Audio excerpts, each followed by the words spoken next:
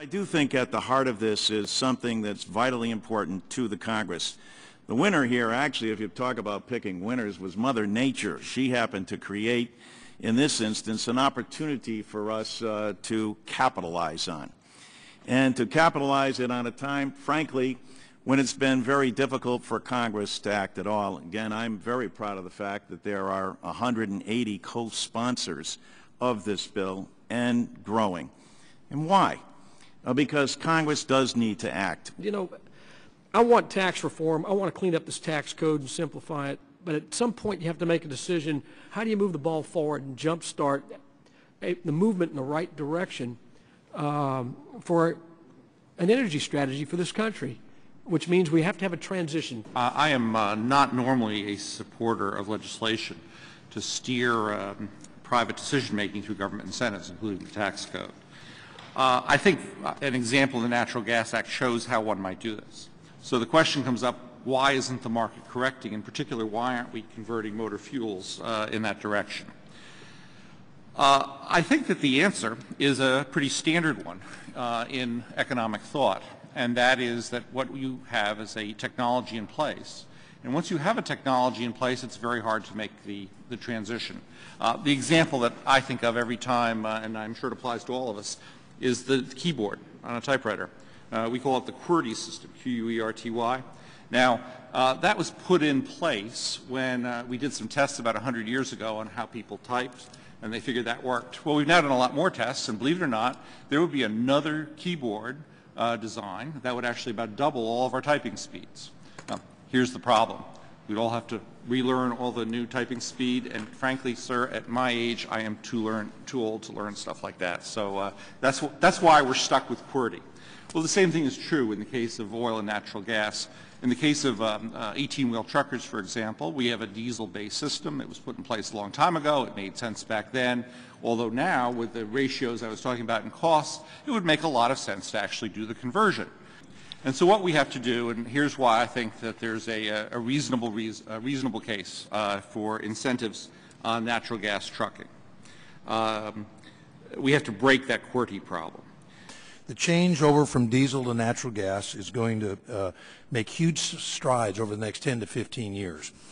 With this short-term boost, we can accelerate that just about 5 years. The benefits of natural gas as a vehicle fuel are numerous, wide-ranging, and vital to America's national interests. It's abundant domestic fuel. It's a proven technology. It's cleaner than petroleum, and it will generate 400,000 new jobs over the next 5 years, and it will reduce our dependence on OPEC oil. You today have 1,500 heavy-duty trucks on natural gas, and you have 8 million that are on diesel. So we think this is exactly the right place to use tax policy to spur the growth. But I think if we'll just give a little bit of a boost here, it'll drive the manufacturers in to bring down the cost. You put that in place today, you'll kickstart a huge business moving us off of imported dirty diesel fuel and using our own domestic fuel. The short-term benefits for our economy from NGV market growth are evident. The NAT GAS Act would provide additional impetus needed to achieve the step change that will advance technology, lower overall cost to users, further enhance employment, and bring the United States closer to energy independence. The Natural Gas Act provides a limited 5-year program that accelerates wider adoption of this American vehicle fuel. This legislation is a real solution to our nation's challenges. Well, from the basic sense of looking at this tax credit, looking at natural gas as a fuel in general, you have a situation where the rest of the world has supported this technology and the United States has not. Why is that? Every nation, almost bar none, supported it with a tax policy, including Venezuela, that had abundant oil and decided, well, it's cheaper, it's much more profitable for us to export the oil, and we're going to have our citizens use natural gas. So they incentivize them to use natural gas. And this has happened in a lot of other areas as well. And what you need, why the tax policy is important, is we need to have this change. We need to take the curve from where we are today to like a hockey stick. We need to move the technology faster.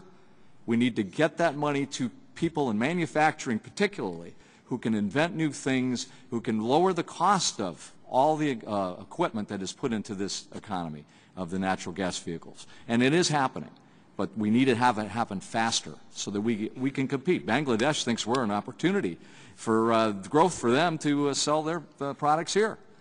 We're that far behind when it comes to technology in that area. But the bottom line is that we have pretty much not supported the natural gas part of our economy, and we have plenty of it. It's something we produce here, and it's something that will allow us to grow faster.